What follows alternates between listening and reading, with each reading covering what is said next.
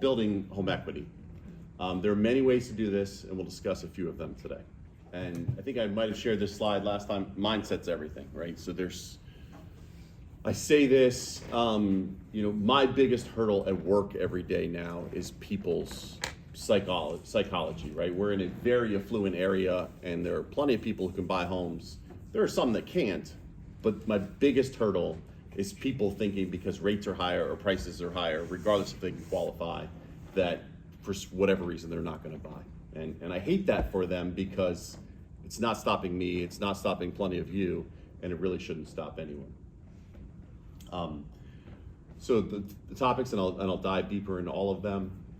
Border income and roommates, short-term rentals, multifamily properties, accessory dwelling units, stacking first-time home buyer programs, and departing residents. Border income is using income from a roommate that you already live with, right? So when I think about this, I actually think about like a couple of siblings, right, being probably the most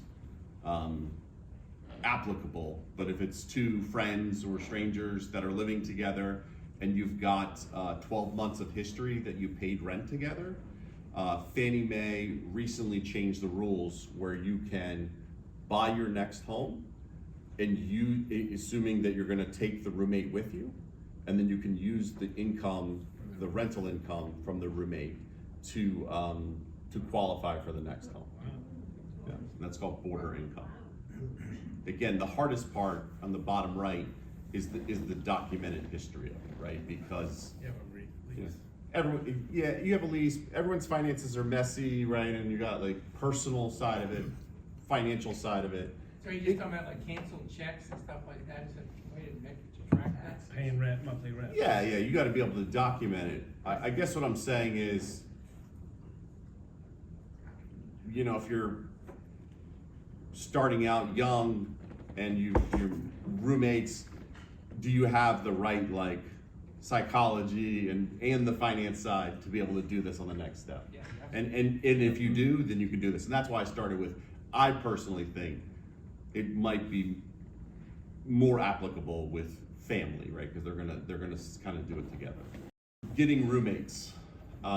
So if you qualify already, but you're just like scared of the payment or you don't want the payment, you can house hack by buying a home, right? If you buy a $500,000 townhome in Centerville and you don't like the $3,500 mortgage payment, but you want to rent the basement out for $1,500, then now you've got a net of $2,000, which is probably comparable to what you were paying for a one bedroom before, and now you're building equity, and you've got a big kitchen, and you've got a backyard for your dog, and so it's a way to just kind of get into the market.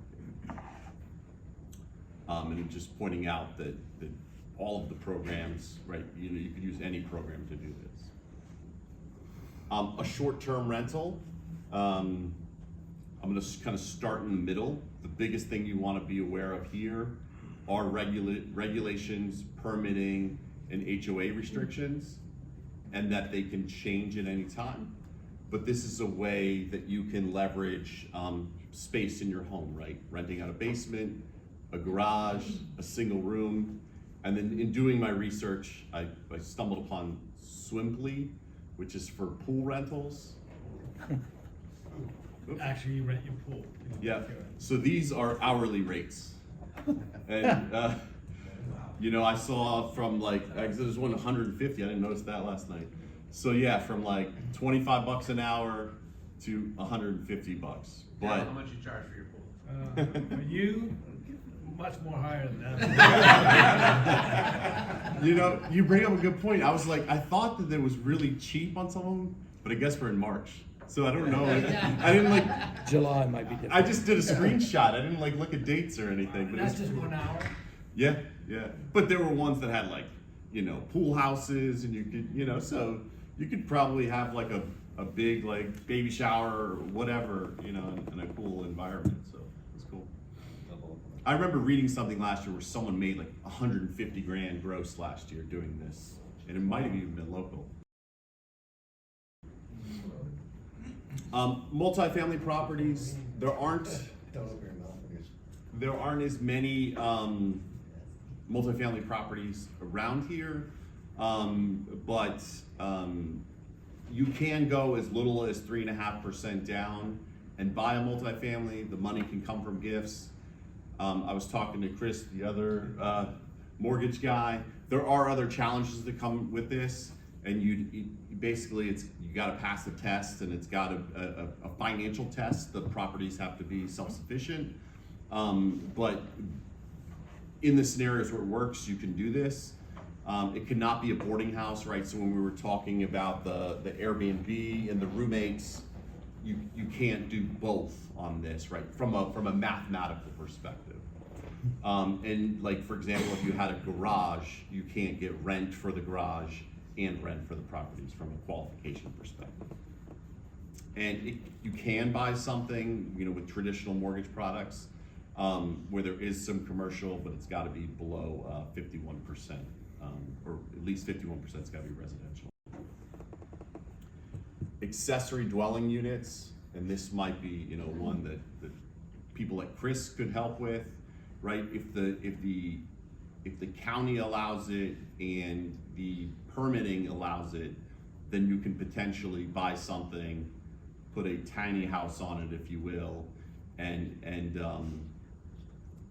then get rent from it.